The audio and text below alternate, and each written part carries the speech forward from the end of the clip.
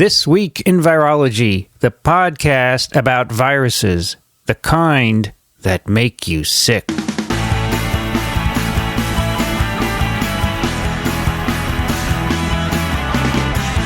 This Week in Virology, episode number 297, recorded on August 8th, 2014. Hi, everybody. I'm Vincent Racaniello, and you're listening to TWiV, the podcast all about Ebola. I mean, viruses. Sorry, I don't know what I'm thinking. Joining me today, that laughter you hear from North Central Florida, Rich Condit. Hi, 90 degrees, thunderstorm. Let's roll. Really? You're having a thunderstorm, or are you going to have one? Just blew through. It's very cool. Lightning strikes and the whole deal.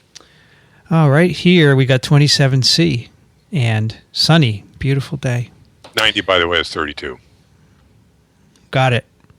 Check. Also joining us today from Ann Arbor, Michigan, Kathy Spindler. Hi, everybody. We have a perfect summer day here. No more details are needed. Cool. Excellent. And finally, from Western Massachusetts, Alan Dove. Good to be here. And I just have to say, I was at the gym this morning. I'm going to take a moment longer on the weather because they had the local news on, the weatherman was on, and he was going on and on and on about how gorgeous the weather was going to be all weekend. And then I went and I took my shower and I came back, and he was still going on about how if you've got a boat, it'd be a great weekend to take it out. And I realized this guy is a New England weather forecaster. He never gets to talk about weather like this. Mm-hmm. So he's actually probably listened to TWiV. He may, yeah. So anyway, it's gorgeous, and it's going to be gorgeous. Nice. Excellent. Yeah. Well, here we are into August. The summer's almost over, and it's a good day. Yeah. Well, today we got quite a bit of material for you. It's all about plant viruses. We figured that would be timely. Oh, dear, dear. Let's start with a couple of items of business. First of all, I just want to bring everyone up to date on scientistsforscience.org, which is a collection of scientists that Paul Dupree and I put together. As many of you know, a few episodes ago, we talked about the Cambridge Working Group and their concern about gain-of-function experiments, biosafety, biosecurity. And if you listen to me, as someone described in an email, I was strident in my voice. I don't really like the rhetoric and dogmatic positions of Cambridge Working Group, and I was afraid if there were going to be an Asilomar-type meeting that wouldn't be properly represented. So that was the idea for starting a group that was less dogmatic and less rhetorical and more focused on the facts and reasonable debate. So that's scientistsforscience.org, and we now have, I think about 75 signatures on that, showing that there is a large cadre of scientists out there who recognize that we have to do research on dangerous viruses, as you will hear today, and that we can talk about it, but we don't think dogmatic positions are valuable. And Kathy, can you tell us something about an MBio editorial? Sure. Two people, Arturo Casadoval and Mike Imperiali, wrote an editorial for MBio. This is an open access journal, so everybody can take a look at it. Just to review who these authors are, Arturo is professor and chair of microbiology and immunology at Albert Einstein College of Medicine. Mike Imperiali is associate chair of microbiology and immunology here at the University of Michigan, and he was on TWiV 182, and I don't know if you've ever had Arturo on a Had him on a TWiV. Yeah. That's what I thought, probably so. And they have written what I think is a well-reasoned and insightful editorial, to quote a phrase from a radio program. And it's entitled Risks and Benefits of Gain-of-Function Experiments with Pathogens of Pandemic Potential, such as Influenza Virus, a call for a science-based discussion. They start out with a nice one-page summary introduction. Then they talk about they define what is gain of function and describe how the term has become something that connotes something dangerous, risky, and possibly nefarious, but in reality, gain of function does not necessarily have to be negative or nefarious. They talk about the value of influenza gain-of-function experiments, the risk-benefit conundrum, several other topics, including a nice list of unanswered questions, which, if answered, could dramatically inform this debate. And they're described as amenable to scientific study, so people can take a look at that. They also talk about an Asilomar-like moment, thinking it's a good idea, but cautioning that times are different from in 1975 because now we have email and Twitter. And in fact, a lot of the discussion of late has been Twitter-like, with communication that like this that can reduce complex issues to terse, often definitive-sounding statements that can be polarizing. And so just one paragraph, part of one paragraph I'd like to read that I think really summarizes how I feel about this. I think that it will be good to have such a discussion and have people from all sides and all kinds of expertise, particularly with respect to risk-benefit analysis. So here I quote, "Given the problems in calculating the numerator and denominator of a risk-benefit assessment, we urge both sides to approach this complex problem with consideration of the opposite view and with humility. To argue that the risk is overwhelming relative to the perceived benefit is not a tenable position, given the precedent that gain-of-function experiments have arguably already provided useful information and the fact that the actual benefit may not be appreciated at present. Similarly, to argue that the risk is minimal relative to the benefit defies hard evidence of human fallibility and a history of serious laboratory accidents. Perhaps an initial meeting point for gain-of-function proponents and opponents would be to agree that risk-benefit calculations are difficult to perform with the data at hand." And so I encourage everyone to take a look at it if you haven't already. These authors were both signers of the Cambridge Working Group. I would submit that the Cambridge Working Group represents a wide range on the spectrum of opinions about these things. And so take that into consideration. And they both were members of the National Security Advisory Board for Biosecurity, NSABB, and they were both recently, their terms expired, and so they are no longer on that board. I should point out that Mike Imperiale has also signed on to Scientists for Science. Oh, cool. He signed to both of them. As has Ian Lipkin. He's on both. Cool. Recognizing that there are some common grounds there. Great. But I was very concerned that there was no representation on Cambridge Working Group from people doing this research. And that was polarizing, as we discussed last time. And in fact, they cite our TWiV episode. Yeah, I thought that was cool. However, the link to Scientists for Science is broken. Yeah. I've asked Arturo to fix it. I hope he does, because I think people should be able to click on it and get there. All right. Thank you, Kathy. Rich Condit, what have you got for us? So one more little follow-up to the whole gain-of-function, dual-use research of concern thing. We have talked about the government, specifically NIH guidelines that are in place to deal with this. And I cited the NIH guidelines for recombinant DNA research as the authoritative document on this. However, I wanted to check myself, as is a scientist's want.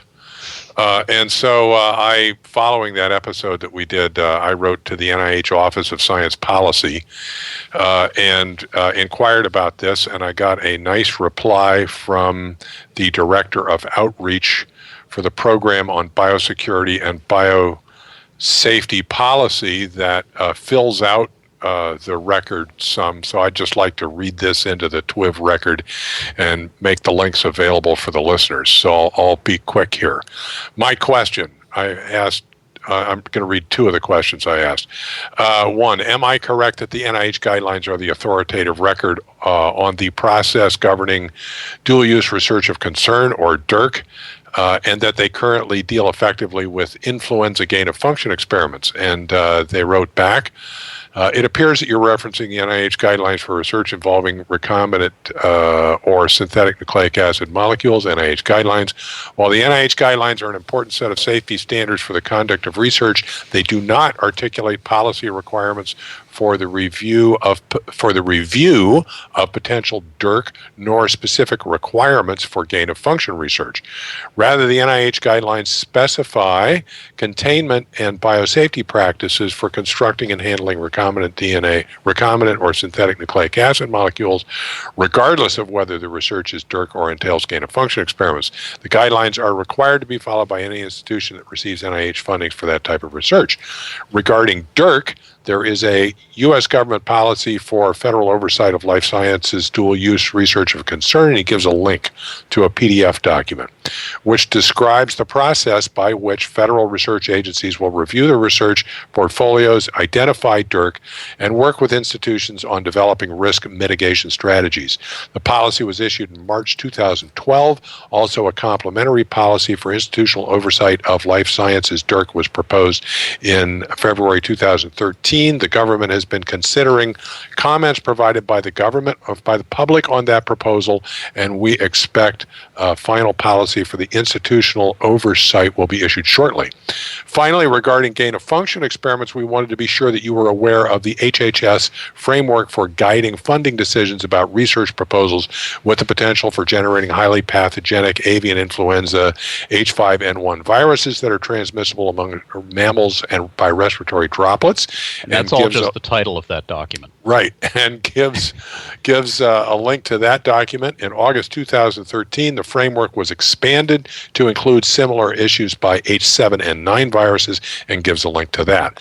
The HHS framework is intended to ensure a robust review of research proposals to ascertain whether specific gain-of-function experiments are suitable for HHS funding, and if so, under what conditions. This evaluation considers the scientific and public health benefits of the proposal, the biosafety and biosecurity risks associated with the proposal, and the risk mitigation measures that are required.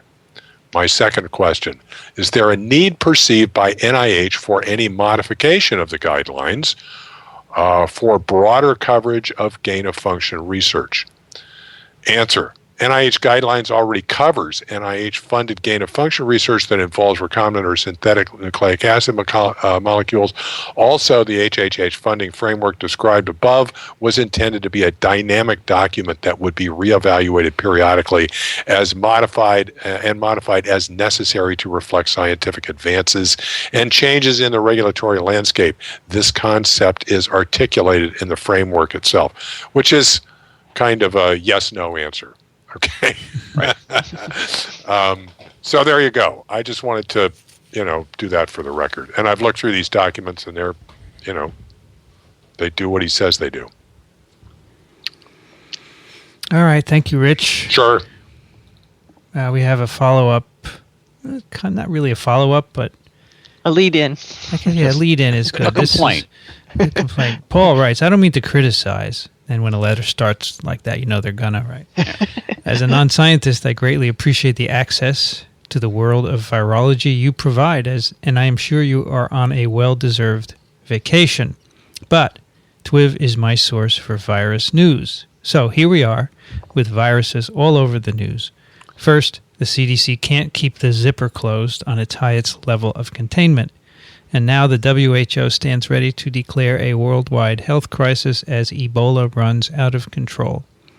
But TWiV is featuring podcasts recorded before any of this started. A great podcast, but I was hoping for a better informed insight into the headlines. I look forward to your discussion of these important events. Thanks. Now, I wasn't on vacation.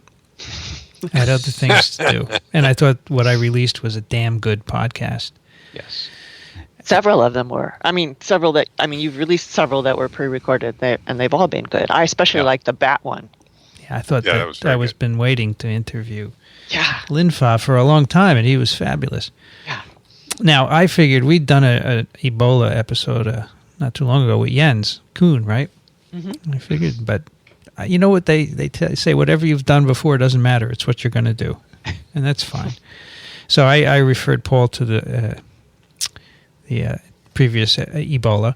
And we did talk about the CDC and its zipper, right? Yes, we did that, yeah. But I agree that we could do some updating since other things have happened. And that's, we're a weekly program, so it's hard to respond. If it were daily, it would be something else, but weekly. But I do appreciate that you go to us for your virology news. I think we all appreciate that.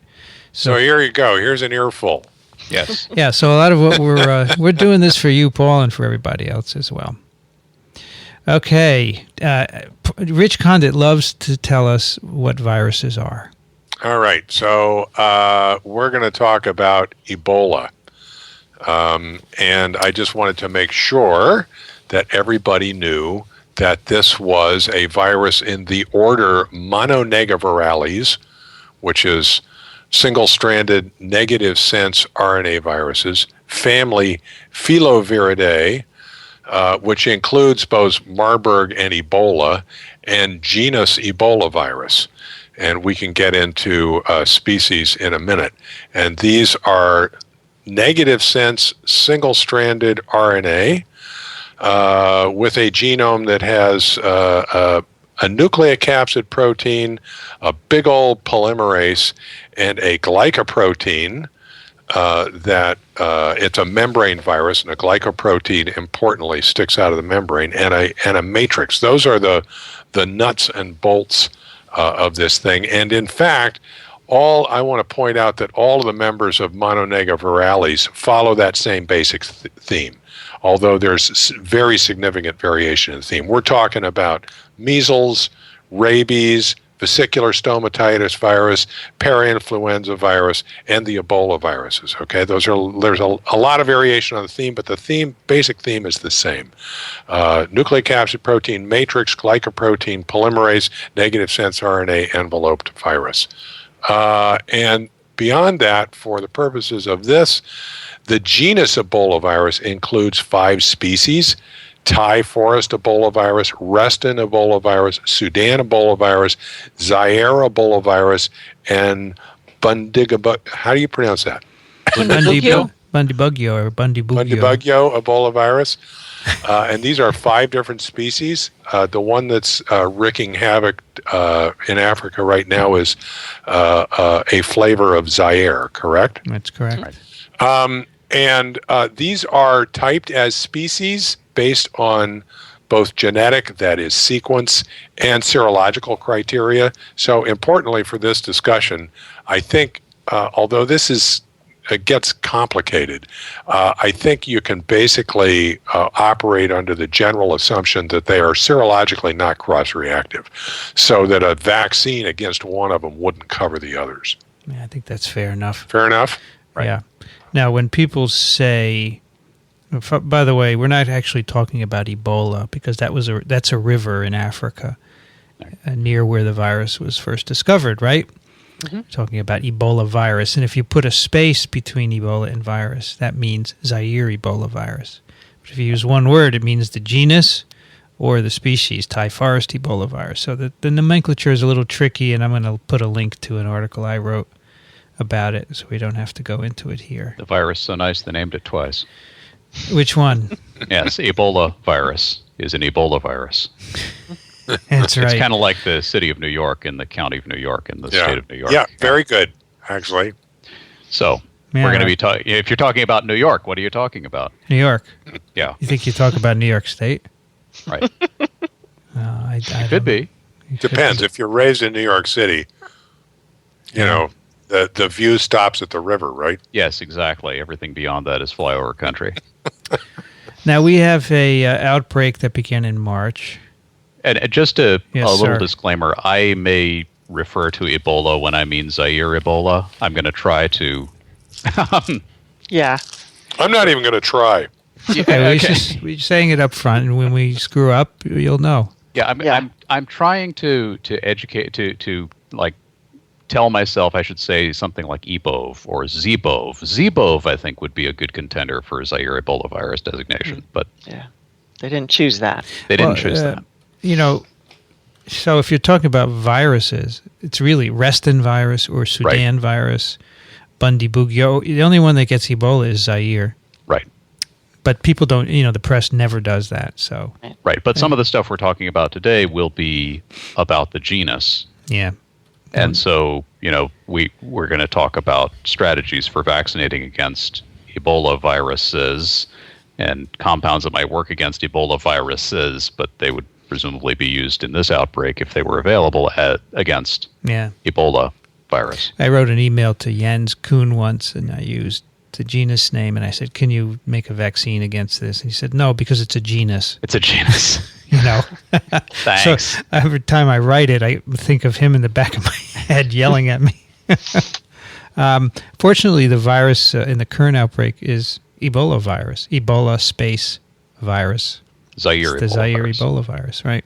Started in March. We've talked about it at least once, right? Maybe twice. Started in Guinea and spread to Sierra Leone and Liberia and now Nigeria. And this is a part of Africa that has not had this virus before. That's correct. Right.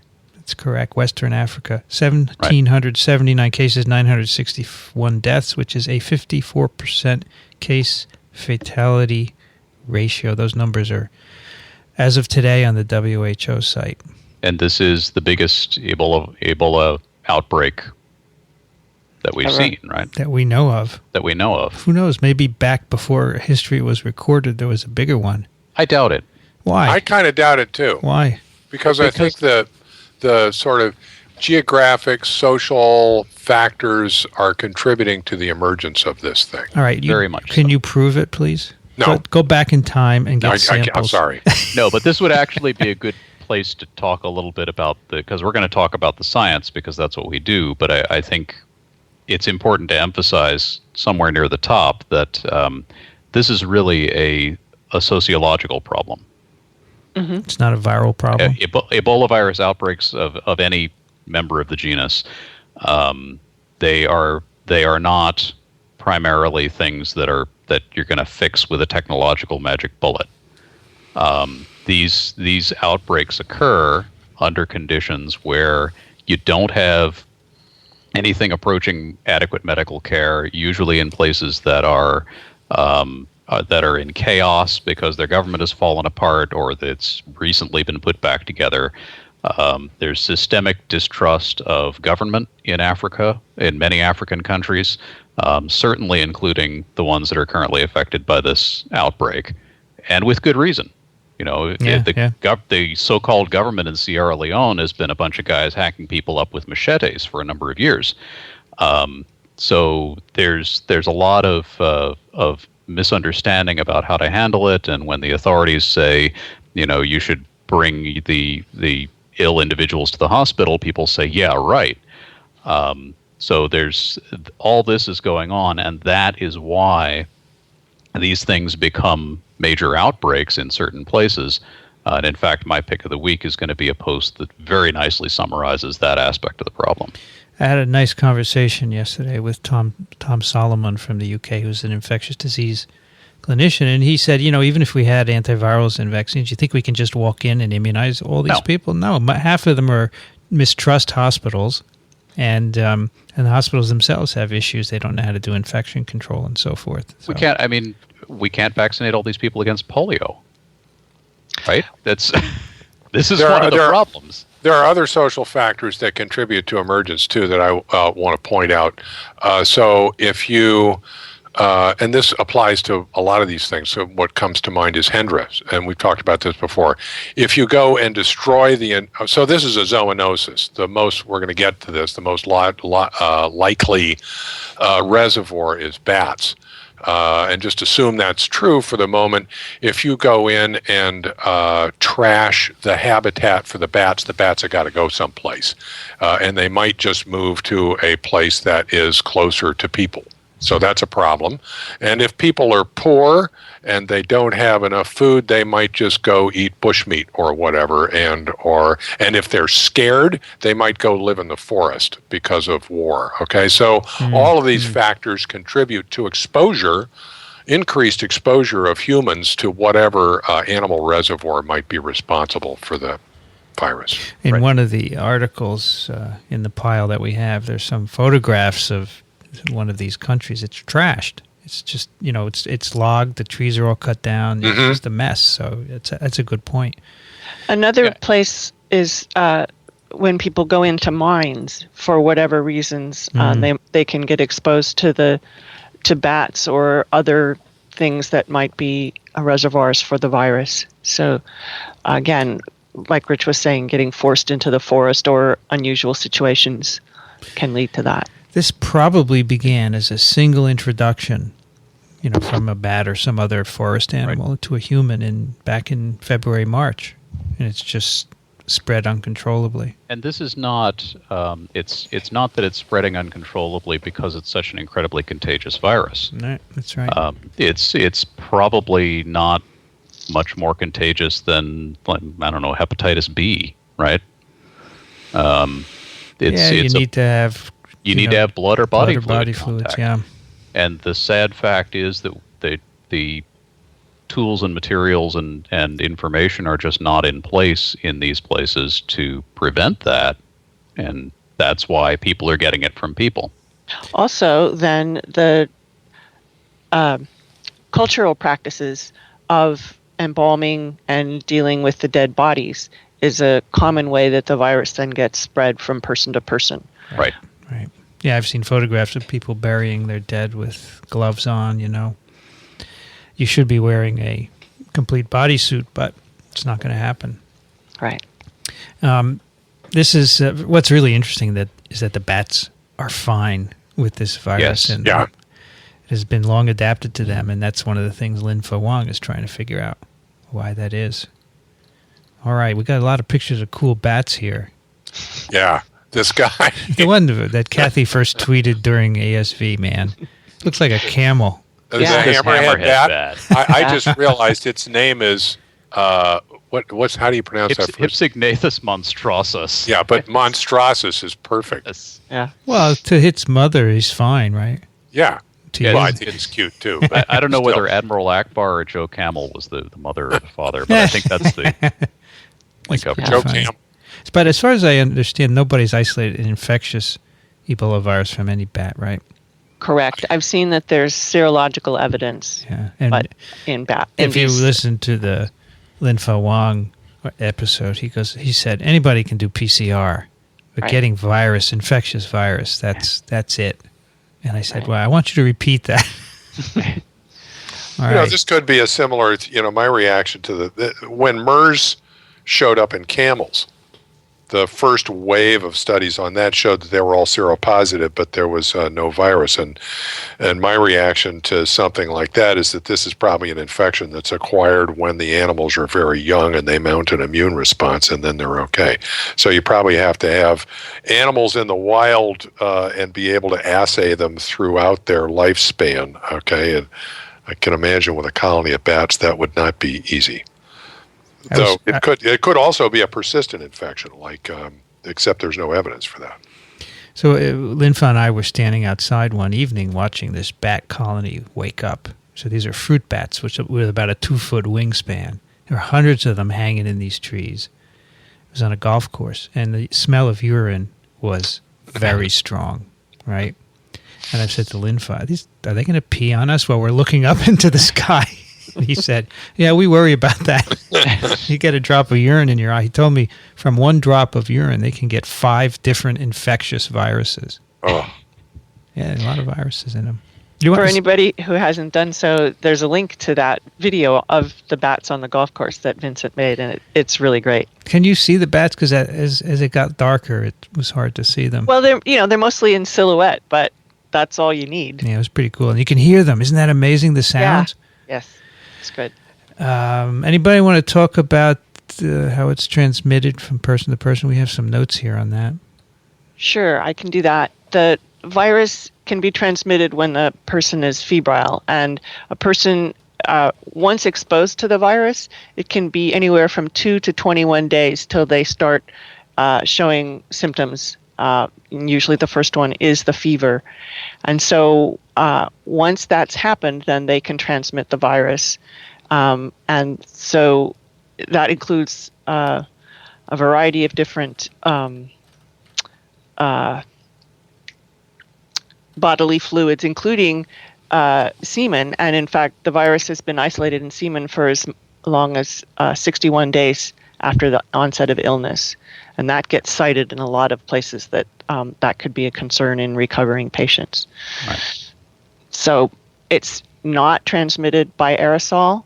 It's transmitted by just bodily fluids. That includes blood, urine, sweat. You've got here semen and breast milk. And, right, there it is, yeah. And to, it gets in through a break in the skin or a mucous membrane, right? I assume.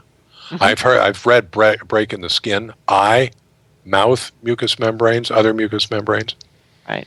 I had a EMT, emergency medical technician, in my class last semester, and he was really interested in this. And he said, when you intubate someone, which you often have to do for these patients, you have to push some air into the tube to make sure it's clear, and that air comes out around the sides and sprays fluids back out you. Right. So if you're not properly gowned, that can be a problem. Yeah, but this is stuff that in the developed world, everybody in medicine, the EMTs and everybody else, is going to use what are called universal precautions. They're going to be wearing latex gloves. If they're intubating somebody, they're going to be doing it in a way that's going to confine the spray or keep it from getting on them.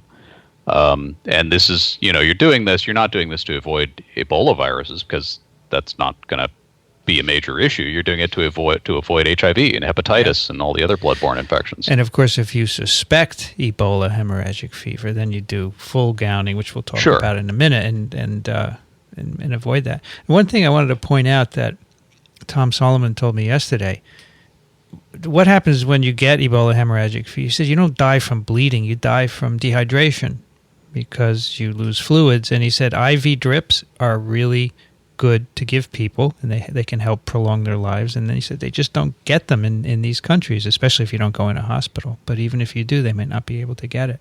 So that's why if you brought someone here and gave them proper treatment, you could have a better chance of saving them. Right. So in this transmission thing, the really important bit is that it's not transmitted by aerosol. If it were transmitted by aerosol, we'd be looking at something like totally different. Right. Yes. Now, of course, so there is good evidence from outbreaks that it is not transmitted by aerosol. That's correct. There is a strain of, there is a genus, the Reston Ebola virus, right, which is transmitted by aerosol. Mm-hmm. A paper has been published showing that in a laboratory it can go from pigs to non-human primates by aerosol. But Reston doesn't cause disease in humans. Yeah, it doesn't cause disease in humans. And in that paper, they could not get it to transmit between non-human primates. And so they think that the pig is unusual, that it makes big droplets, expels them, and then they can go through the air very readily. So a lot of people cite that work saying, it spreads by aerosol, but it's not the same virus. It's quite different. And we know from epidemiological studies of existing outbreaks that, as Rich said, if it were spread by aerosol, man, you'd have a much bigger problem. If Zaire Ebola virus were spread by aerosol and actually had a 90% case fatality rate, there would be nobody in Africa. Right. And relative to that study, also, pigs are not humans. At least, yes. At least Right. most humans are not pigs. Right. Yeah, we don't exhale these large aerosol droplets that pigs do. Right. It's a different virus. It's a different animal, and even in that experiment, they couldn't get it to transmit between the primates. Vincent has now referred to two things that I want to call to the listeners' attention. One is a particularly nice discussion, for instance, of this pig aerosol story and just everything in general about Ebola virus. Is in what's going to be his pick of the week, an article called "Is Ebola Virus Going to Kill Me?" So Yes. If you don't want to listen to the rest of the episode, you should go look at that article. Yeah. And then the second thing is that Vincent's talk with Tom Solomon yesterday is a video that he posted on his blog site, and that's really worth watching and listening to, too. And it's only 17 minutes long, so you don't have to listen to us yak for an hour and a half. Yeah, it is short. Someone posted on Twitter that he really liked that. He said, "Will there be more?" Of course, we're only telling you this half an hour into the show. Right. It is half an hour. Should we talk about the patients brought back to the U.S.? Sure. Yeah, I think that is of interest to everybody. All right, go for it. Someone go for it. Kathy. Well, so there's a doctor and a nurse working for a non-governmental organization, missionary-type organization, and they're Americans. They both got Ebola virus. The doctor immediately recognized it and isolated himself as soon as he got a fever. And as they got sicker and sicker, plans were being made to bring them to the United States. This is something that is typically done for expatriates. They're brought back to their home country. We recognize that they're out there doing good in the world, and so that effort was made. In both of their cases, they were given treatment of passive immunization. And so just to go into that a little bit, passive immunization is you're just given some antibodies that should protect you in the short term. Your body's not making those antibodies. You're given them from some other source. This goes back really far in history when people were given horse serum for certain infectious diseases and things like that. In this case, the passive immunity that these two were given was something that's in development by a consortium of a couple different companies where they're monoclonal antibodies, and those are a certain kind of antibody that's been made very specifically to the Ebola glycoprotein. And those antibodies have been mixed so that it's a 3 antibody cocktail. And those patients were given a very small amount that exists that could be given to them in Africa. And then I believe maybe they each got a second dose once they got to the United States. I'm not sure of the timing on that. I haven't seen that described. The drug has been tested so far only in non-human primates. And so the use of this was what's considered sort of a compassionate use thing. The patients were near death, and they were, as you might imagine, as a doctor and nurse, able to give pretty informed consent, knowing that they were getting something that had never, ever been tested for safety in people. And so it sounds like those were effective, perhaps. It's very small sample size, N of 2. And so the way those antibodies were made, the whole thing about the consortium and so forth, we can go more into the science about. But that's probably what you've heard about. It was first called secret serum by CNN, but in fact, that's pretty much a misnomer because work on this has been published in scientific journals for several years, and so it's not secret. If I've seen your press releases on it before, it is not a secret. Yeah. Right. I think one of them got a convalescent serum from a boy who had recovered. I believe that's correct. First in Africa. Yes. Okay. So there's our old buddy Tyler Sharp, who was an EIS officer and now works for CDC monitoring dengue in Puerto Rico. I'm Facebook friends with him, and so he comes up with pics now and then. And he posted a really nice op-ed in the Washington Post written by the head nurse at Emory on why they wanted to import these patients to the U.S. and treat them here, because a lot of people have questioned this, and I would recommend that op-ed to anybody. She does a really nice job in explaining why this type of thing is done. It's a great article. Yeah, it is. It's really good. It's funny, she can't name the patients, but they're all in the news. Yeah. Yeah. Thank you, HIPAA. Yep. Yeah. And by the way, this the ZMapp antibodies, too bad Dixon isn't on here. I'm sure he'd be into this. It's actually made in tobacco plants. That's right. So they're using the tobacco plant as a manufacturing system for it. Imagine one day growing them in a vertical farm. A vertical farm, yes. Good containment facility for them. And Alan, when you said earlier this is about plant viruses, or not about plant viruses, it's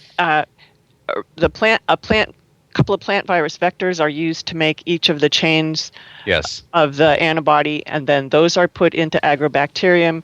That is infused by vacuum infiltration into tobacco plants whose leaves are turned upside down into the liquid, and the vacuum is put on, and then that gets into the plants that then express the antibodies. They come together, and then they have extraction of and purification of the antibodies. So Right. I just want to make a pitch here for all of my friends from graduate school who went into plant molecular biology, because this is a very important aspect of biotechnology and is leading to these kinds of human vaccines. Yeah, plants are becoming a real big deal for vaccine production, protein production in general. Basic research. Yes. Yeah. Yes. Basic research, not translational. So what we're going to do next is talk about some therapeutic approaches, but I thought it would, maybe Kathy, you could now do a little description of immune responses. Sure. Is that okay with you? Sure. Mm-hmm.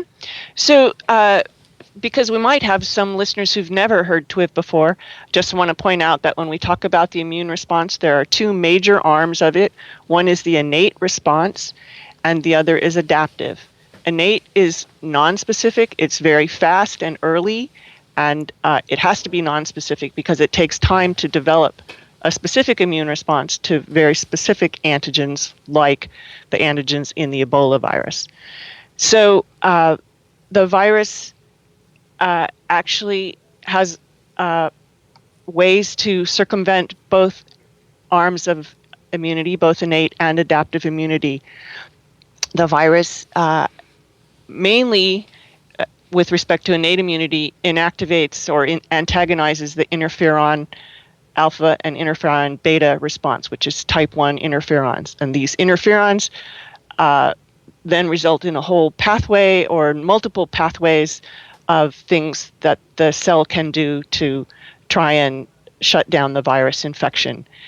Virtually everything that we teach in our undergraduate virology classes in terms of type 1 interferon responses are affected by Ebola virus Zaire structural proteins, VP24 and VP35. Then there's also a response that the virus can have because of its glycoprotein. Its glycoprotein is really heavily glycosylated. That means it's covered with sugars.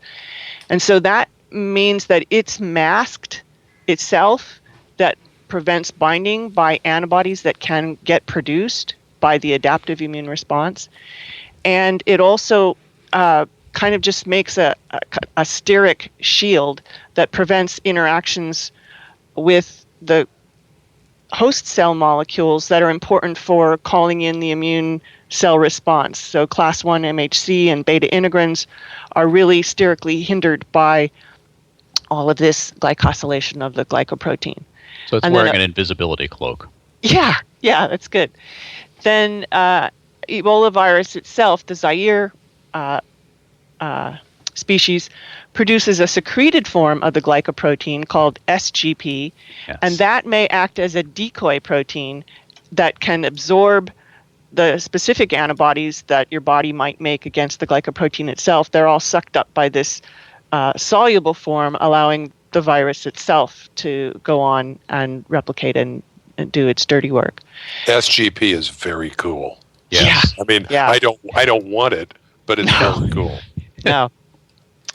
So there have been a lot of studies trying to figure out what are the most important parts of the innate immune response, and that comes from studies of survivors of Ebola virus infection versus non-survivors. And it turns out that for these different species of the Ebola viruses, in some cases a cytokine storm is really a key thing, and that's true for the Zaire one, the virus that's active in West Africa now. For the Sudan virus, maybe not so much the cytokines, and for the BDBV, the Bundibugyo, the fatal outcomes don't seem to have much in the way of immune cytokines at all, and in fact there's probably more direct damage from the virus replicating itself in the face of other immunosuppression. So there's a really good long review article about the immune responses to Ebola virus infection by Wang, Kobiger, and Chu, which I think we'll put in the show notes. And then the second major arm of immunity is adaptive immunity, and that's when the body develops a response to very specific things, such as these Ebola virus proteins. And there are two arms to that. One is the cell-mediated immunity, where there are T cells, T lymphocytes that can directly kill infected cells. And then the other arm is the one that probably most listeners are familiar with, which is the antibody response, where antibodies are protein molecules that can interact specifically with antigens and inactivate them through various means. So it was kind of confusing historically for a while as to which of these two adaptive immune responses was most important. Is it the antibodies or is it the cell-mediated immunity?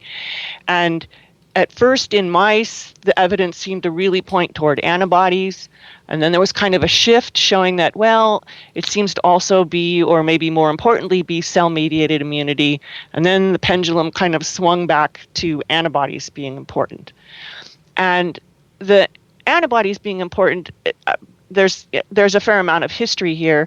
For the 1995 outbreak in Kikwit, there was some of this very first transfer of convalescent serum, this passive immunity, which was highly debated in a dramatic way that was shown in a video that we showed to our class, a NOVA video, where the Western doctors really didn't think that this convalescent serum should be transferred, and the Africans just voted and said, yeah, we're going to go for it, because they didn't really seem to have any other recourse.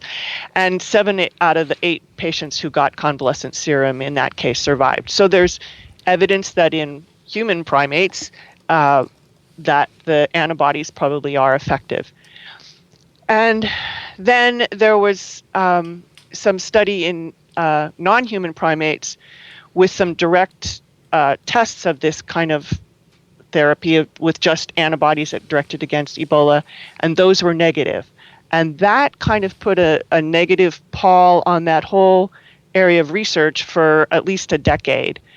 And so there were a lot of studies then on the cell-mediated immunity arm. But then about 2 years ago, in 2012, there were a whole flurry of papers that came out that showed, once again, that if you match the species of the antibody to the animal, so you had rhesus macaque serum antibodies, and you treated rhesus macaques with that was protective. And then in the middle of 2012, there were papers showing that if you used cocktails of several monoclonal antibodies, such as the cocktail that was given to these American patients, that those were effective. And then there were lots more further studies on non-human primates. And so that's what led to the research and the production of these antibodies that went into this serum that the American patients got. And so it's interesting, there's sort of two major groups. There's a Canadian group, that's Wong, Kobiger, and Chu. And then there's a group that includes this biotech company in San Diego called MAP Pharmaceuticals, and a collaboration with them and people at USAMRIID. And so that includes James Pettit, Larry Zeitlin, and Jean Ollinger, among others. And so the really cool thing is that there's each of these groups has studies in non-human primates with 3 monoclonal antibodies as a cocktail, and they have gotten together to figure out the best cocktail to use from among their 6 candidate antibodies. There's an international filovirus immunotherapeutic consortium that was formed in 2012, and then it turns out that the biotech companies involved in making these have now gotten together. And so it sounds very collaborative and very promising, I think. Yeah. Cool. Kathy, I wonder if you could comment on something for me, because this is just an impression that I have, that in thinking about immunity to a virus infection and immunization against a virus infection, it kind of two different things. That you could have natural immunity to a virus infection involving both an antibody and a cellular response. But that doesn't mean that you would necessarily need both of those to immunize against something. It could be that stimulating only the antibody or providing only an antibody type response would be sufficient to immunize somebody. Am I making sense? Yeah, I mean, I think that gets back to the big picture of, why is a live attenuated virus vaccine maybe more effective in general than an inactivated virus vaccine. With the latter, you get primarily only an antibody or humoral response, and with the former, you get the cell-mediated immune response. And as you said, sometimes the humoral response is sufficient. And the gist of what I understand is that the body can make antibodies to Ebola. That's seen because we can use this convalescent serum. But oftentimes the person dies before that can happen to a sufficient level.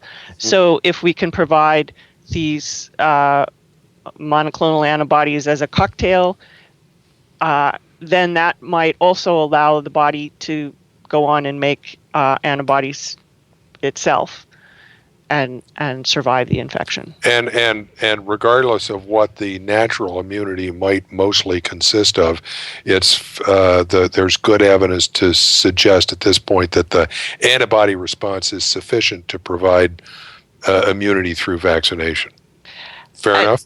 Well, through this passive immunization, yes. Yes, but I think there is still evidence, even in non-human primates, that the cell-mediated immune response is important. Okay. But certainly in non-human primates that have been immunized with vaccine candidates that we'll talk about in a minute, the antibodies are a correlate of protection. Are a correlate of protection, right. Okay. So that can work. All right. I just want to mention, I emailed Gene Ollinger a couple of days ago. I said, you want to come on TWiV Friday? And he said, I love TWiV, but I can't. I'm too busy. Yeah. He said, but I'll get back to you. I'll come on in a couple of weeks so we can hear him talk about this. A lot of these papers have as an author Andrea Marsal, who I met. She's out at Rocky Mountain Laboratories in Hamilton, Montana. She's doing great work and works in the BSL-4 lab. So just wanted to mention that. And you are right, Kathy, both the doc and the nurse got ZMapp. The doc also got the convalescent serum. Yeah, I hadn't heard that, so that's interesting. Yeah, from apparently a 15. So I'm a little worried because it's from a 15-year-old boy who recovered during this epidemic, I think. And I mean, I would want to make sure you check that for malaria, HIV, tuberculosis, right? And I don't know. I mean, I guess you could do it in a day with multiplex PCR, but. Right. Well, that was, I think, part of the concern of the people in 1995 in the Kikwood outbreak that we watch on our NOVA video. So, yeah, there's a lot of other things that you get when you transfuse blood. This is articulated really well in that book, Fever, which I'm now reading. Good. Okay. Wow, what a read! And he documents very carefully all of the kind of scenarios that they went through in trying to decide whether or not it would be safe to give serum as a passive immunization in the case of Lhasa, and there are a lot of considerations. So that is what I remember, that this nurse, Penny Pinio, she got sick in Nigeria. They brought her here to Colombia on a plane. They just put her in a passenger seat, okay, because back then we didn't know, and she recovered. And then they had taken some of her blood, and Jordi Casals at Yale had taken some of the blood back to his lab, and he isolated the virus from it. But in the process, he got infected. So that he used to live in the neighborhood here, so that he got admitted to Columbia Presbyterian Hospital, and they gave him her convalescent serum. And you can bet back then they weren't looking for other viruses. Right. No PCR, nothing, So he recovered. He was lucky, I guess. Really and cool. Notably, nobody else got the virus. Right. Right. So just the one person who was working directly with the blood. Yeah, I mean, again, it's transmitted by close contact, right? Right. Right. Actually, with respect to these doctors, I don't know if, well, obviously I don't know if this will come out eventually. I would be very interested on the thinking on why they got infected, because presumably they're taking whatever precautions that they can. I don't really know enough about the circumstances, but I'm sure they're thinking hard about how did I get infected. Of course, they're in the thick of it. So they're in the thick of it, and they're going to be they- limited to whatever equipment is available locally. I mean, after you've used your first few pairs of gloves, what are you going to do? There's going to be a lot of opportunities. And for I mean, the situation, if there's even under normal circumstances, any kind of a clinic in that part of the world is going to be beyond capacity. Yeah. So doctors and nurses working in that environment are going to be working. They're on 12 or 14 or 16-hour shifts, and somebody forgets to take off a glove before scratching their eye, and there you got the virus. I'm sure we'll hear his story. Yes. You know what's amazing to me that reading the account, within an hour of getting this Z-map, apparently he started to feel and look better. Yeah, which means that you must have a ton of virus in you, and just reducing it a bit really helps. assuming that it was the Z-map that did that. Assuming, yes, of course. Yeah, because they could have also just hooked him up to an IV at that point. Yeah. Maybe he was just rehydrated. It could be, yeah. You scientists, it's just so hard to deal with. We're just picking could be this, apart could a be great that, feel-good story. Hey, do you think it was a placebo effect? Give me something, I feel better. Yeah. Let's talk a little bit about vaccines. There have been quite a few vaccines. I mean, all week I've been seeing and getting emails. People saying, "Why aren't there vaccines, antivirals?" Well, there are quite a few in development, and I'm going to just briefly talk about a few of them. One of them being developed in part at Rocky Mountain Labs, where I visited this summer. And this is based on a vesicular stomatitis virus backbone. This is a virus where it's got a glycoprotein of its own, but if you take it out and substitute it with something else, the virus is not pathogenic in people. And so they replaced the VSV glycoprotein with the Ebola virus glycoprotein, and we call that a pseudotyped virus. So VSV is once again, it's mononegative virales, same order, and it's a rhabdovirus. So it's a close cousin of rabies and a much more distant cousin of Ebola. Right. And they have previously shown that you can protect non-human primates against challenge with whatever the virus is. It's either Sudan or Zaire. And, of course, they do this in a BSL-4 facility. So you can grow up these pseudotypes in BSL-2, but then if you want to immunize a non-human primate and then challenge them with the virus, with the real virus, you have to do that in a BSL-4. And they've previously shown that these can give protection. But the problem is that each of the species, if you will, Sudan, Zaire, Bundibugyo, they don't generate cross protection. And they say if you mix them all together, that doesn't work either. For some reason, there's some kind of interference. So in the paper that I'm going to link to, they did a priming with a couple of them, and then a boost with a different one, and that protected against BBOV, even though BBOV wasn't in that mixture. That's really weird. Isn't that weird? Yeah. But the point that I want to make is that this VSV backbone works. It delivers the glycoprotein in a way that protects the animals. And, you don't, in an outbreak situation, you don't want to have to go back too many times, right? Come back in a month for a booster. Yeah. Yeah. You really would like to have one vaccine. And in fact, Kathy, you had shared a tweet from Chris Sullivan, which was an article from the University of Texas newsletter, which describes one of their faculty members who is collaborating with Feldman, who's on the VSV paper that I just described. That is Maria Croyle. She's been helping to develop this, and they're doing an aerosol, an intranasal aerosol immunization. And if you could do that, that would be really nice. You don't need a needle and so forth, and you could do one.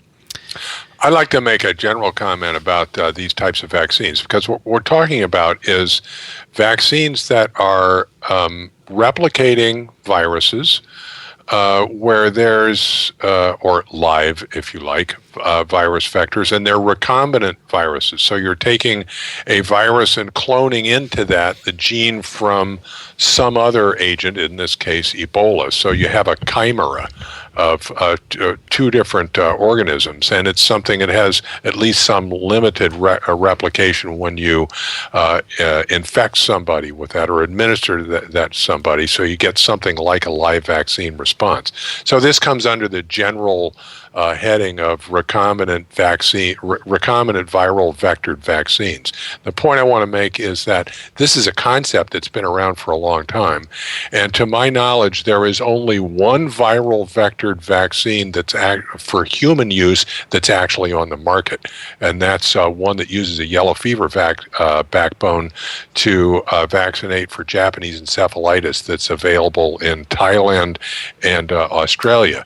And more or less understandably, one of the problems here is that these are a little, at least on the surface, scary. Okay, one of the problems with VSV, the VSV vaccine that's kind of held that up, is there have been concerns about whether or not these vectored vaccines are actually safe. So this is a concept that's been around for a long time. It's actually used a lot in veterinary practice, but it's not been used much in humans, even though there are a lot of these under development. And it's interesting to see all these articles with all these under development. It makes me wonder what this sort of incident is going to do for that development concept in that industry, because these are all interesting vaccines. I think they're all going to get a kick forward for sure, yeah. Right? But many of these studies are done in collaboration with NIH or overseas government labs. I think that's going to have to happen. The governments are going to have to push this forward, because I'm not sure a pharmaceutical company on its own can do it. No, and in terms of, I know we're going to talk a little bit more about vaccines, but all of these are going to suffer from one major drawback with Ebola, which is we're talking about a virus that shows up in very sporadic outbreaks in a part of the world where we can't seem to vaccinate people routinely against anything. So Tom Solomon had an interesting take on that, and it would be, we're not going to vaccinate everybody in Africa, but when there's an outbreak like this, we might be able to incorporate a ring vaccination, which would be surrounding areas, and then hopefully shut it down that way. And hopefully the vaccine would be easier to deploy than the protective equipment that would also stop the outbreak. Right. That's a good point. You're competing against rubber gloves, and you're trying to come up with a vaccine that's going to beat that. It's a good point. Yeah, but it could. That's not entirely flippant. Given the setting, it might actually be easier to do a ring containment vaccination door to door, depending on whether people are going to trust you to stick a needle in their arm when they're not going to trust the government-run hospital down the road, but they might. This might be an option to have. Rich, listening to you, I wonder why they didn't use a yellow fever vaccine backbone, or they haven't yet for Ebola. I don't know. I think that would really increase people's faith in it.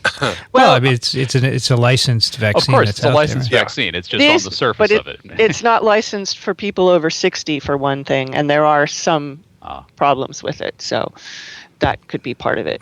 Plus, I don't think it's a coincidence that many of these vectors that are being used to vector the Ebola glycoprotein are, as I said, from either close or distant cousins from Ebola. Yellow fever is a completely different story. Not that it wouldn't work. And of course, adenovirus, which we're going to discuss, is completely different. But Kathy, I got yellow fever vaccine to go to Brazil. I'm over 60. You got it before you were 60, though. I bet. So I can tell you that when I got mine, the staff was just so ecstatic that I wasn't 60. as if like a day later when I turned 60, I couldn't have the vaccine anymore. But I mean, it's only because it hasn't been trialed in people over 60, probably. I'm sure no, it's fine. Is there a problem? I think historically there's some problem with it. I could be wrong about that. I mean, because I bet in the beginning there weren't limitations on the age. Interesting. So, one of the things with the yellow fever vaccine that's sort of cropped up recently, when you use yellow fever vaccine in developing nations where yellow fevers are really a problem, the should I say benefit to risk ratio is really high. Okay, so the adverse effects might not be as noticeable, but it's been used in developed countries more recently, and the adverse effects become more noticeable, and there's a problem with a kind of, I guess it's I don't know the technical name, a sort of hepatitis that shows up with the yellow fever vaccine in some at a low level, and that may be an age-dependent thing. This is not an adverse effect that was originally recognized. It's been more recent. So people over 60 may be at increased risk for serious adverse events following vaccination, according to the CDC question site. But this also brings up a nice point that Tom Solomon made about any of these vaccines. Depending on what the side effects are or what the treatment side effects are, if you get a little bit of a headache or some diarrhea or something as a side effect of something, how is that compared to you're dying of an Ebola virus infection? Right. So, well, it depends what the side effect is, right? Right. Again, it's the risk-benefit thing that I mean, mentioned. If in fact it's just fever and depression and anorexia, you could deal with it, but what if it's worse? Because that's why you at least have to do a little phase 1, right? Yeah, I would think. Another vaccine candidate I picked up was one, again, a collaboration between NIH and Jefferson Medical College, and specifically Matthias Schnell, who has sent us some correspondence here. He's a rabies guy. And they use a rabies virus-based vector. And they put the Ebola virus glycoprotein into it. They try a variety of different constructs: replication competent, deficient, chemically inactivated. And all of them protect non-human primates against infection. And they say, having rabies in there is nice, because if you're in a place where rabies is a problem, you can get 2 diseases at once. I don't know how realistic that is, or whether that's a reasonable goal. When I first saw a rabies vector, I thought, what? But then looked it up and realized that it's the attenuated rabies vaccine is the backbone that they've then engineered to attenuate it even further. And then one version of it, they've even taken out the rabies glycoprotein itself. So these are very much attenuated derivatives of rabies. Right. We're going to give you rabies to keep you from getting Ebola. It doesn't sound like a good sell, but No. Yeah, it's a vaccine. If they ever use that, they're going to have to rename it. Yes. Okay. Like what? MRI. You're not going to call it nuclear magnetic resonance. Right. They did in the beginning, right? Yeah. Yeah. Big mistake. How do you pronounce that, Rich? What? Nuclear? Oh, yeah, right.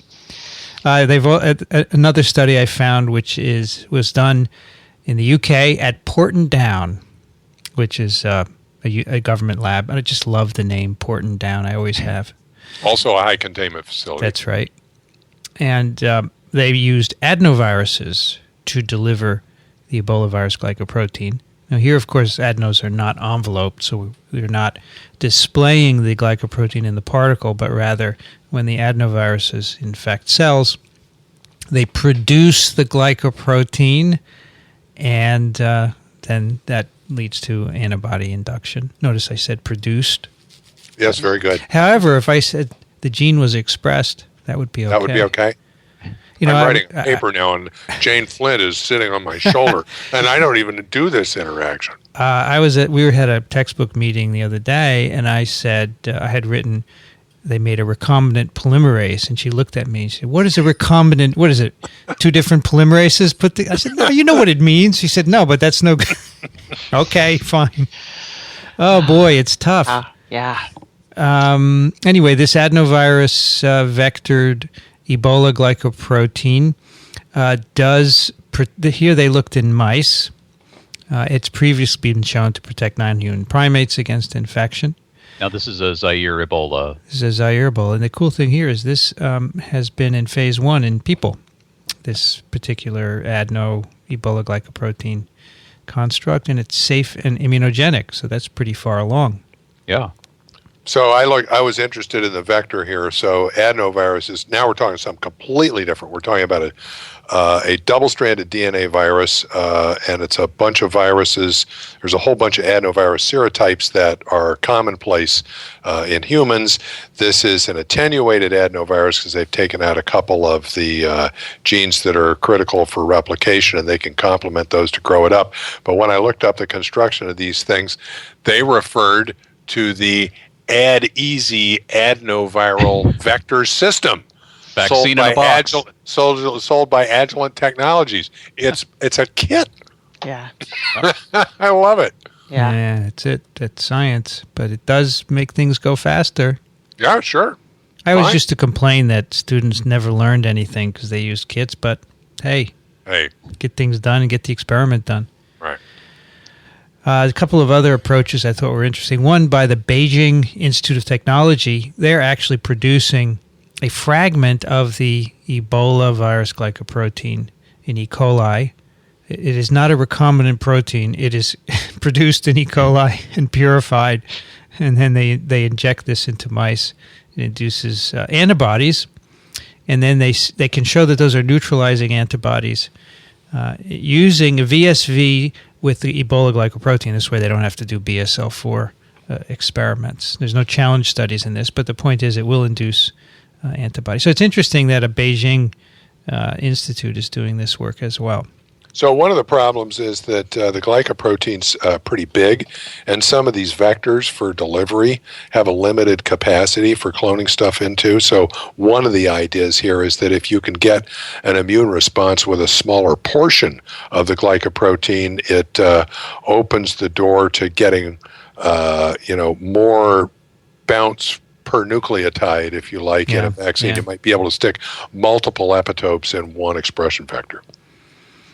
And the last thing I want to mention, so this, when you make a protein or a virus-like particle that does not replicate, you may not have as good an antibody response because the virus, it's not replicating. It's just an injected protein. And sometimes you include an adjuvant, which is some sort of chemical that augments the antibody response. And they can work by stimulating innate immunity, which is helpful in shaping the antibody response. So there was a study where they were using virus-like particles of Ebola. So you can produce a couple of different proteins, including the glycoprotein, a matrix protein, and another protein called VP40. It will form a particle that doesn't have nucleic acid in it, so it's not infectious.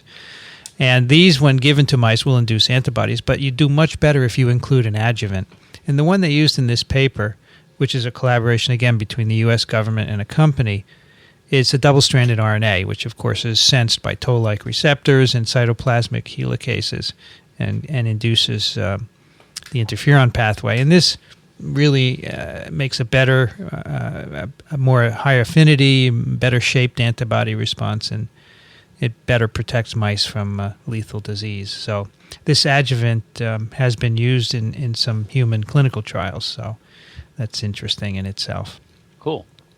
So there's a lot going on, but, testing this is not easy because, as Alan said, you don't have a lot of these outbreaks. It's not like influenza where every year you have outbreaks and you can easily test a vaccine or an antiviral, so it's a bit challenging.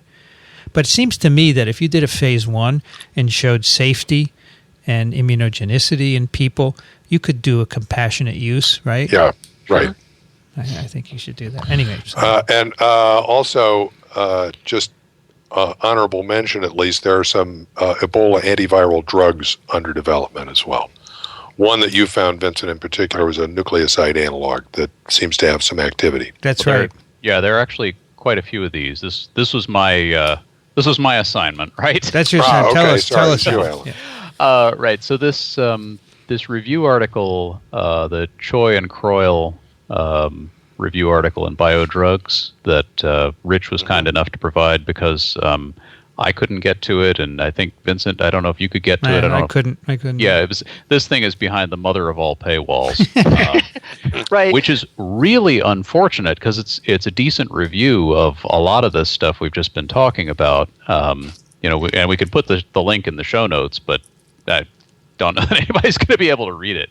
That was kudos true to for the UF. I'm sorry. Go ahead, Kathy. I was going to say that was true of one of the best short review articles about the adaptive and immune response and this whole passive immunity thing. And Rich was about to say it, so was I. Kudos to the University of Florida Library System because they subscribe to these journals, and Rich was able to provide them to us. So they got a lot of stuff. Yeah, this and as a journalist, I can get around a lot of these paywalls. I've got access, but this particular one is just one that I don't have access to. Yeah. Anyway, so one of the issues with developing antivirals against Ebola is, of course, you don't want to have to do all of your screening of compounds in a BSL-4 facility. So the strategy that people have been using for this is to use pseudotyped viruses, and they'll do a high-throughput screen, which is just you lay out a bunch of plates with your assay and you put a bunch of different compounds in it and you see what prevents the virus from entering or what prevents the virus from replicating whatever your assay is. And using a pseudotyped virus, you can say take a recombinant HIV with Ebola virus glycoprotein on it and then expose it to cells, see if it can get in. It can. Now you go and you throw drugs at it and you see what stops it from getting in. And that gives you potential entry inhibitors. It sounds like kind of a not very intellectually satisfying approach, and I guess maybe it is. But this is how the pharma industry finds a lot of stuff these days. So that type of approach has found a number of compounds. One of the first ones they got was something that's called compound 7. This is a benzodiazepine, which is Valium is probably the most famous benzo. These very, very old, very popular class of drugs, the classic chill pill. But it's not Valium. Compound 7 is a derivative. It's a different compound. So while Valium might be useful for some of the people who are talking about Ebola today, it probably wouldn't be useful for treating the virus itself. But this appears to bind to the glycoprotein and prevent entry. And then a number of other, there's another compound that binds to the Niemann-Pick C1 receptor, which is that's a receptor for Ebola virus entry, and that kind of treats it on the other. That kind of takes it from the other side. Instead of binding the viral glycoprotein, it binds the receptor, and again prevents entry. So there are a bunch of these that are in various stages of testing. Most of the ones that people are talking about, at least, are have been tested at least in rodents against either for antibody production, or not antibody production, either for some model of the virus, or in many cases actual challenge with an Ebola virus. So there are, what have we got here? One's currently tested in rodent models. Like 7 different compounds. And the main drawback for most of them is that they require multiple doses. So you've got compounds that have short half-lives in the bloodstream, even in the rodent tests.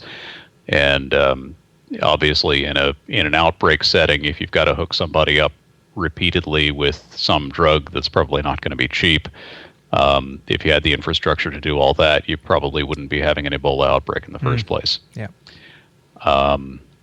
And then there are also, in addition to the small molecules, there are some SIRNAs, small interfering RNAs. We've talked about those as lab tools, and they're popular candidates for drug development as well, because you can just develop a SIRNA against your target and potentially shut down whatever virus you're going after.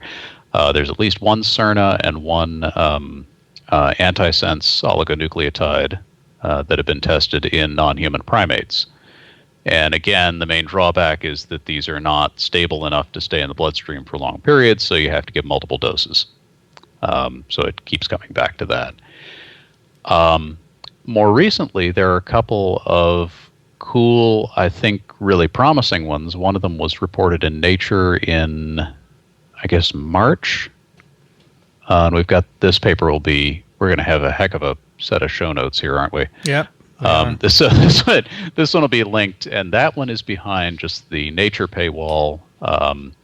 But there's a nice little summary of it that is in Cell Research that we can link to, and that is open access, I think, right? I think it is, yeah. Yeah, so people can just go and read the summary. And this compound is called BCX 4430. And this one is, I think it's the first one that's first small molecule with in vivo efficacy against filoviruses in non-human primates. So one of the non-human primate tests I was just talking about were the Cernos, whereas this is a small molecule drug, potentially has better stability in the bloodstream. And this thing seems to work. They gave it to, they use a cynomolgus macaque, kind of the standard model, and it reduces viremia. It improves their clotting times and saves their lives. This is a really interesting drug. It's a nucleoside analog. Yes, so this is a nucleoside analog that appears to be a chain breaker, right? Yeah, it's a chain terminator apparently, but all it is, it's adenosine. It looks like adenosine, but the oxygen on the ribose is replaced with a nitrogen. And one of the nitrogens on the 5-membered ring that ordinarily connects it to the ribose is replaced with a carbon. So it's really subtle. Right. It's subtle change, but apparently it doesn't fool mammalian polymerases. Yeah, right. But it does. It is picked up by the RNA-directed RNA polymerase that Ebola needs because it's a negative sense RNA virus. It's got to make the other strand somehow and also replicate. So it is. It's taken up by that polymerase and incorporated into the elongating strand, and that terminates the strand. Now here you wouldn't be able to do the screen in a pseudotype virus because you need to be active on the polymerase from the virus that you're looking at. But it's active against a bunch of different viruses. I'm wondering. Yes. I wouldn't want to do a screen on Ebola. Well, I mean, maybe you do, but I'm thinking maybe they did the screen on something less obnoxious. Do you know? I don't think that was. I'll look it up while you're talking. I don't have the history on where they found this thing. Because they say it's active against a bunch of different viruses. It is. Amazing number of viruses, arenaviruses, paramyxoviruses, coronaviruses, and flaviviruses. So, it's got RNA. It was synthesized as part of a small molecule library designed as inhibitors of viral RNA polymerases. Right. What you can predict is that viral polymerases will mutate to be able to not take this up. Yes. You're not going to have monotherapy is not going to be the answer. Right. Monotherapy is probably not going to be the answer, which is why it's good that there are these other compounds, including yet another one, which is this. What is this antiviral research paper? The Osterreich et al. And this one, they call it T705. It's favipiravir, which was developed as a flu antiviral. Right. So there, the assay was done entirely in a different virus, and one for which there's a market, which I think is kind of an important point that we haven't discussed a whole lot. That anytime you're talking about taking one of these things and developing it into a drug, it's a lot of expense, and who's going to foot the bill for that? If you've got something that's a flu drug, it's an easy answer, because that could actually sell, and then you'd have it on hand when you need it for an Ebola virus outbreak. So this is, let's see, this was in a rodent model. So we don't know if it works in non-human primates, but the results in the rodents were pretty promising. These are interferon alpha receptor knockout mice. And the drug, the T705 or the favipiravir, if you prefer, I'll go with T705. It's easier to say. It keeps the mice from dying, and it works even if you give it to them 6 days after infection. This one's interesting because it's in late phase clinical development for flu. It's already in people. We already know that it doesn't, at least as far as we can tell, doesn't kill people or hurt them, or and seems to maybe have some efficacy against flu. So there's a whole infrastructure and business model for that, and now it turns out, at least in rodents, at least if you're a mouse, we can treat you very well for Ebola with it. And in the case of a situation like this where you have outbreaks, okay, and you need some quick fix for an ongoing infection, a small molecule inhibitor is going to be one of your best bets. It's going to be much more effective than a vaccine, okay, because you can treat people who are actually sick, and maybe I don't know how it would compare to a monoclonal antibody treatment. Maybe you'd give them both. Well, and if you have an orally available small molecule, which is what the pharma industry is always after, because you'd rather give a pill than a shot, this would be a much, much better approach than anything you'd have to inject. All right. I think what we should do now is read this next letter, and then, Kathy, you wanted to? Yeah, you could tell from my breath. I have a couple of points I wanted to make. Yep. Back on the passive immunity thing, there's an Ars Technica review or blog post or something that Vincent gave us a link for that's a really nice, simple explanation that I think non-scientists could understand about this ZMAP antibody and how it was engineered in tobacco. When Alan mentioned the siRNA, again, a plug for basic research. Yes. When they express these monoclonal antibodies in the tobacco plants, they use tobacco plants that have been treated with siRNA so that they don't put on the plant-specific sugars, but that way then they won't they'll look more mammalian. Yeah, cool. And then just a comment about passive immunization. Again, they're going to be of limited duration. They're only going to be effective as long as the antibodies are there in the body.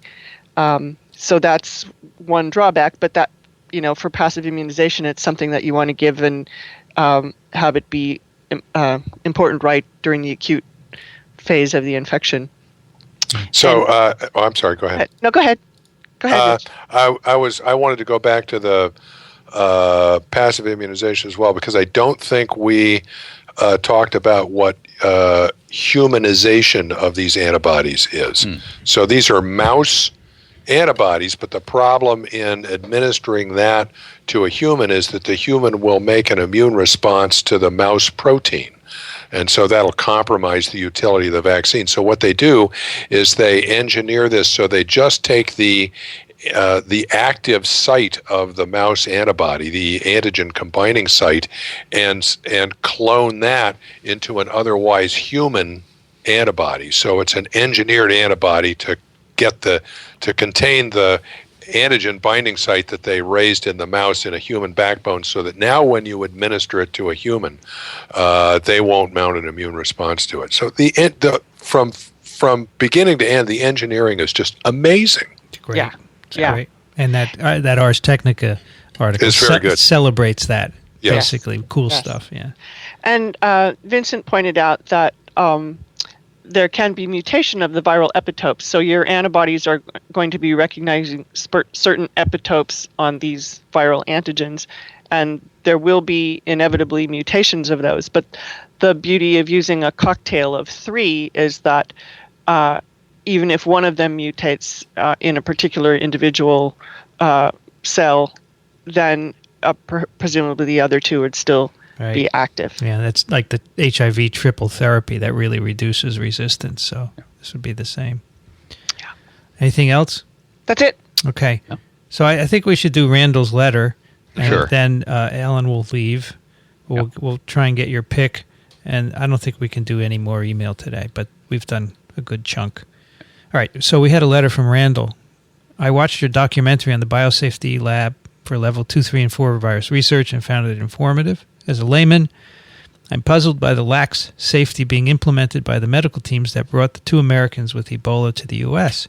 Why weren't these 2 people left in Africa to be treated rather than importing them back to the U.S. with a chance, even if slim, to be carriers of an outbreak of plague? Pause. Yeah, so let's deal with that. Why weren't they left in Africa to be treated? Read, why weren't they left in Africa to die? And also, as was pointed out earlier, we have the facilities to take care of them, and for our expatriates doing this kind of thing, and other countries as well. Tom Solomon had said the same thing. The point is that they go away, and we do our best to treat them as best we can, and bringing them back was the thing to do here. Also, we take care of our own. We know how to contain this infection, right? That's the point. All the healthcare workers know how to deal with infection control. Everyone's gowned properly.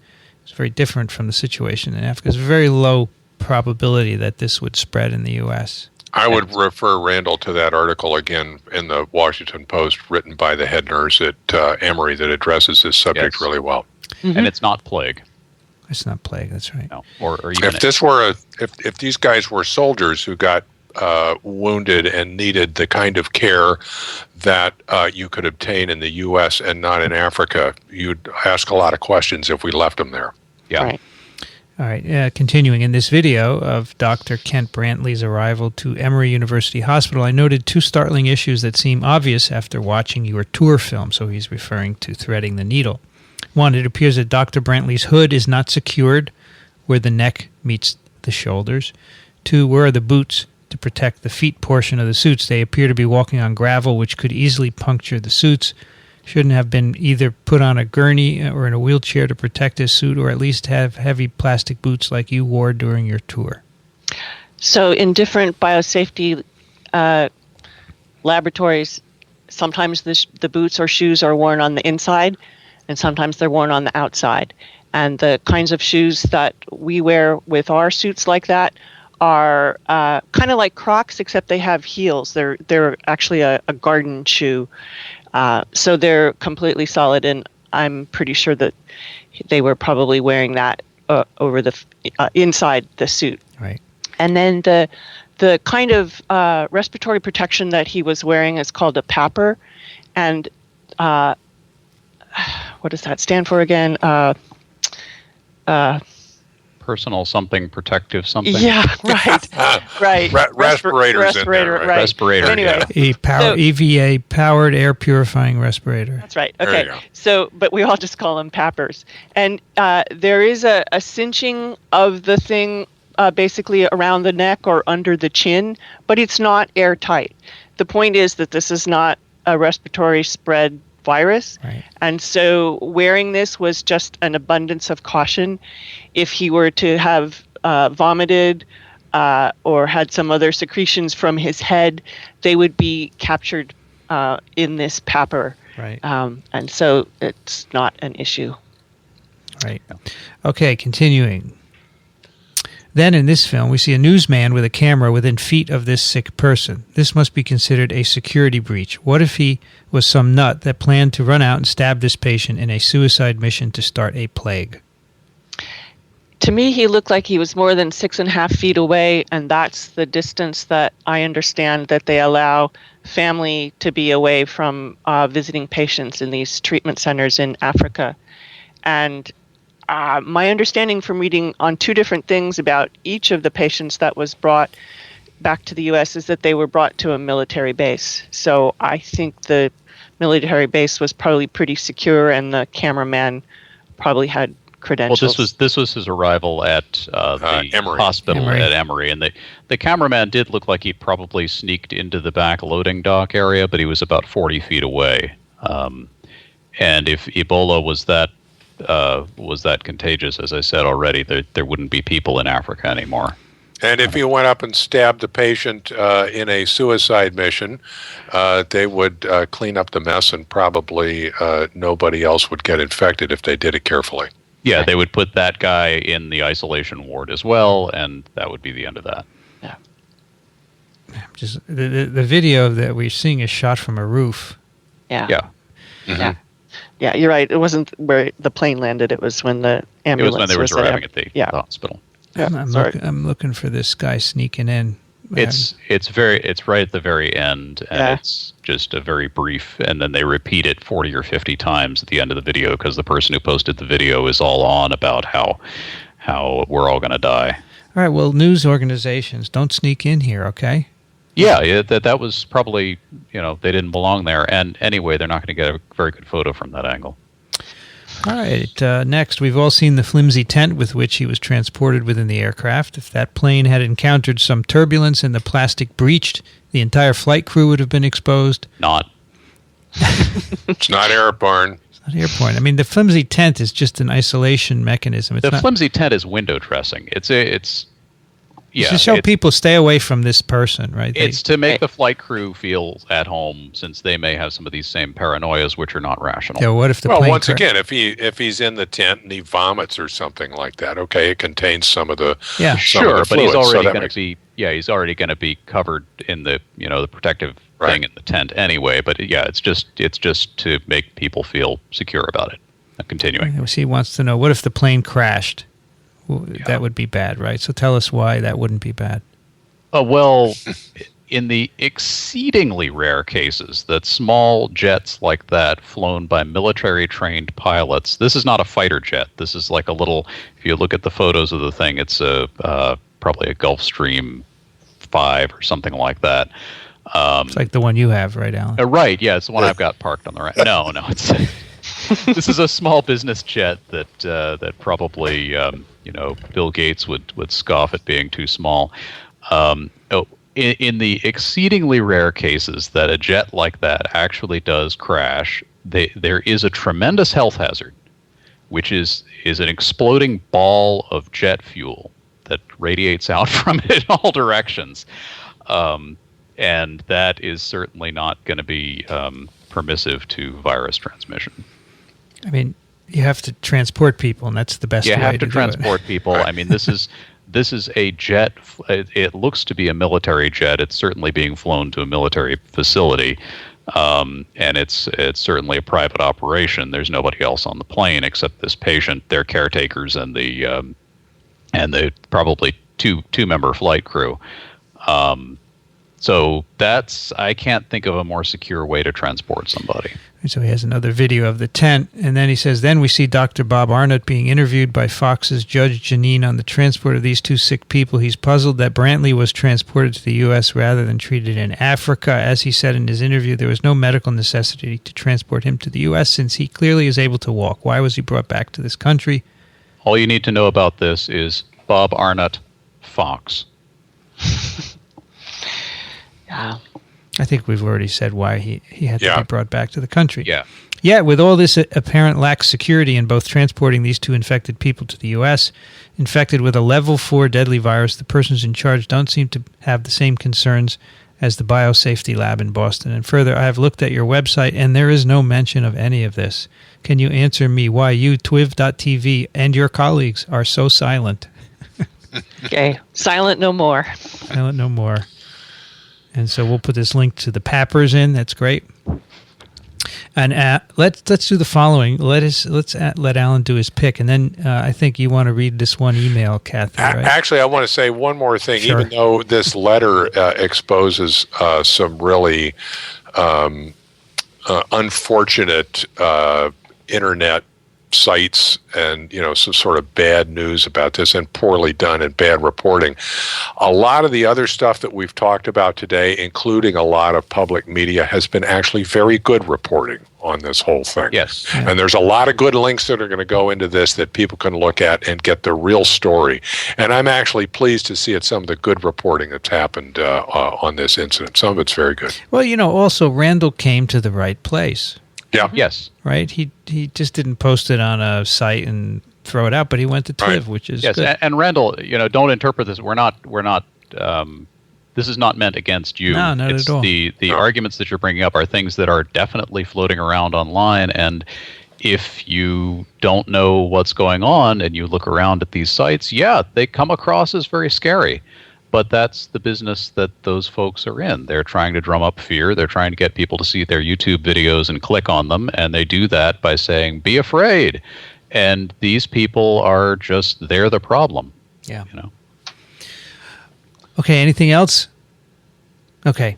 Alan, why don't you give us your pick? Yes, I have to scoot out of here. But I will go ahead and give my pick. This is a blog post on the blog Etiology, which is run by Tara Smith. If we haven't picked her or this blog, we probably should have at some point anyway. She's an epidemiologist and blogger who writes about epidemiology and does a really good job with a lot of her posts, but this one is a very nice historical perspective on Ebola. And it's brief. She gets right through the initial history and discovery of the virus, and then explains why these outbreaks are occurring and how to interpret them. And it is one of the smartest things that I've read on this topic in the past few weeks. Just a really, really nice summary of a lot of the stuff that we've just spent an hour and a half talking about. But I particularly like the statistics she brings into the last paragraph where she's talking about Uganda, which had an Ebola virus outbreak in 2000. They had 425 cases and 224 deaths. They had another outbreak in 2008. They had 149 cases and 37 deaths.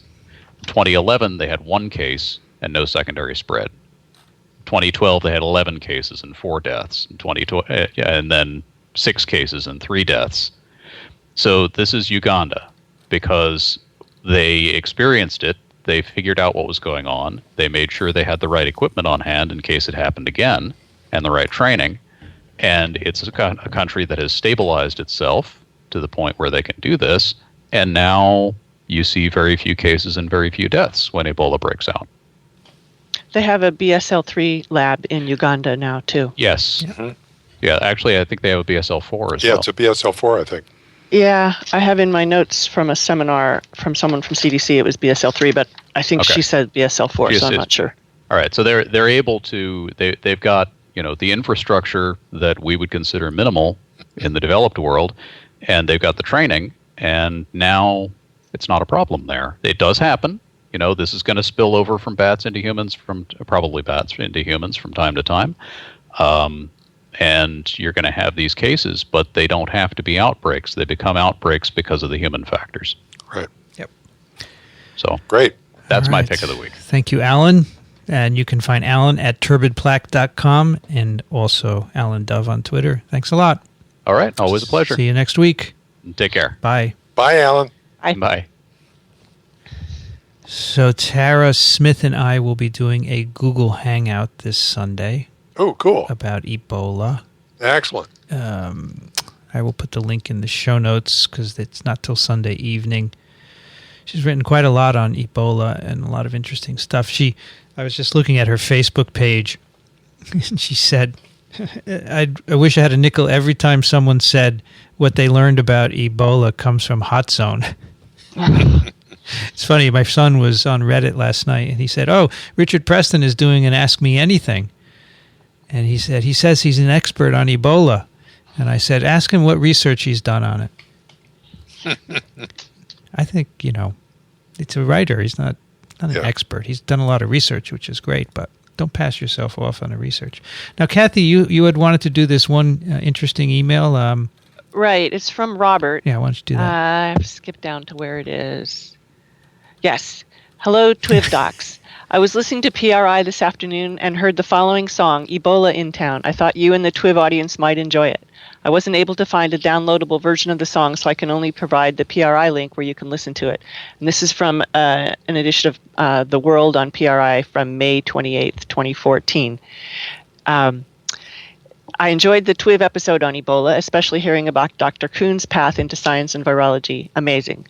Weather in Orange, California has been nice for the last week after we had a week of temperatures in the high 90s to mid 100s. Currently it's 69 Fahrenheit, 20 Celsius, humidity 67%, dew point 58, wind southwest at 14 miles per hour. I managed to slip going down the stairs in our home and ended up with a fractured back. I'm pretty well laid up for the next few months, so I'll have plenty of time to start listening to the TWiV episodes from the beginning. Looks like my surfing and skiing days may have come to an end. Thanks again for all the work you put into each TWiV episode, Bob. So, oh, cool. Yeah. That's nice. That's perfect. Yeah, this is good for this episode. Yeah, and if you scroll down far enough on the PRI's site, you get the lyrics to the song, and the two commentators talking about it say, it's got some good things and bad things, but what it does is it just makes people aware of it. And some of the things they say, don't eat bushmeat, don't eat bats, things like that. So it is kind of a catchy tune too. Geez, I'm really sorry to hear about your back, Bob. What a drag. I know. No more surfing and skiing. Maybe you'll come around. Yeah, that's maybe only for the while. I like him when he tells us how he does one in the morning and the other in the afternoon. Yeah. Oh, well, get well.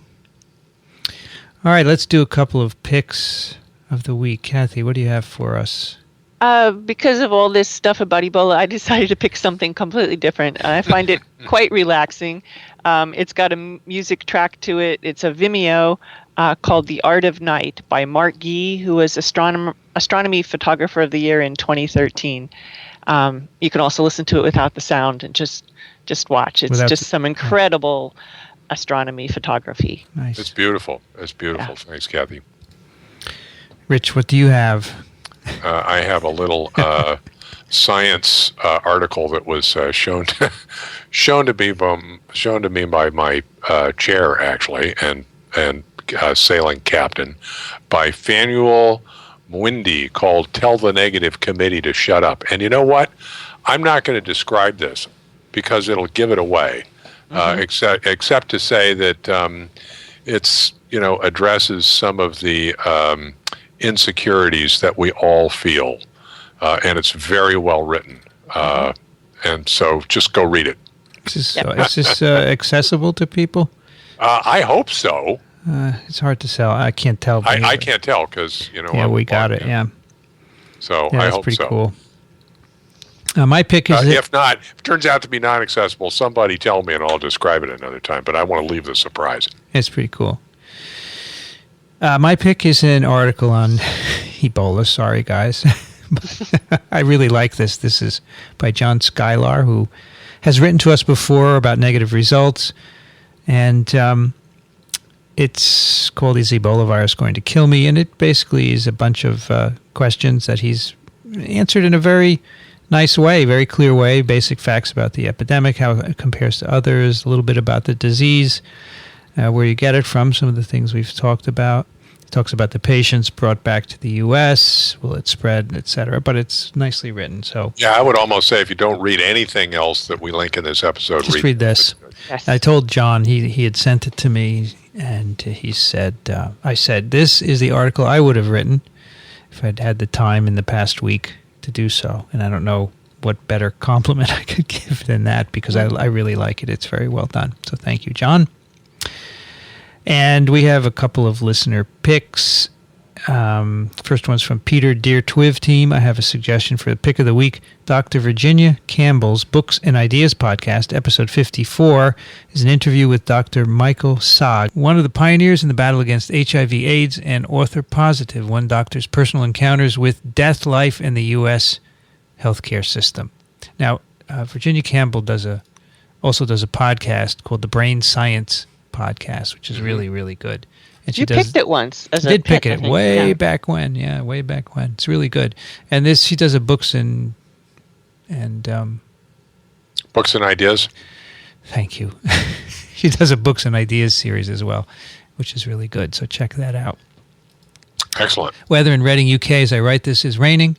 Wind speed and direction 7 miles per hour from southwest. Temperature 15 C. Humidity 68%. Pollution low. Pollen moderate. One other thing, I listened to the clip of your 1981 interview on BBC Radio, Science Now, about your cloning of poliovirus. I'm fairly sure that the Science Now host who interviewed you was Jeff Watts. He is a freelance science and medical writer and broadcaster, and he provides a link to that. And thank you so much, because I had done that interview while I was a postdoc at MIT, and I didn't know who interviewed me. I had a recording of it for years, and I digitized it and put it online, so Thank you for that. Cool. Tom Solomon told me yesterday. So Tom Solomon thing that I posted, that video on Ebola, is part of a TWiV that I'll post one day when there's no outbreak, so nobody complains about it. And he said in the UK there's this thing called the shipping forecast. The shipping something. Yeah. The shipping news. Shipping news, where they just provide weather at different ports. But he said it's totally basic. They'll go, give me a name of a port.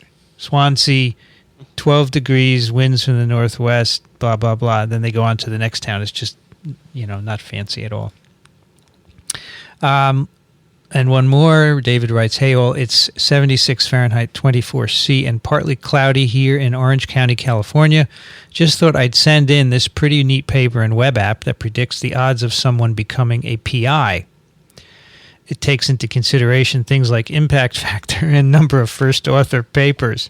And it gives a link to the article and a paper and the predictor app. Impact factor IF has frequently been discussed, and unfortunately it's one of the few measures of academic success.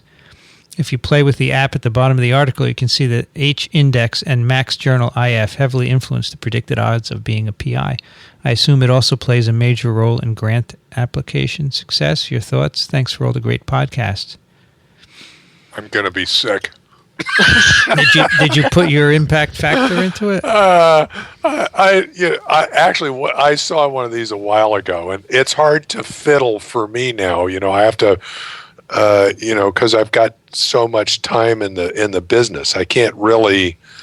I think I tried to take what my publication record was at the time that I would have been applying for a job, and plug it into there and see how I came out. Of course, one of the problems is that the impact factor, a lot of my publications were in the Journal of Molecular Biology, which was a pretty big deal back then, but it isn't anymore, okay? So that didn't work out too well.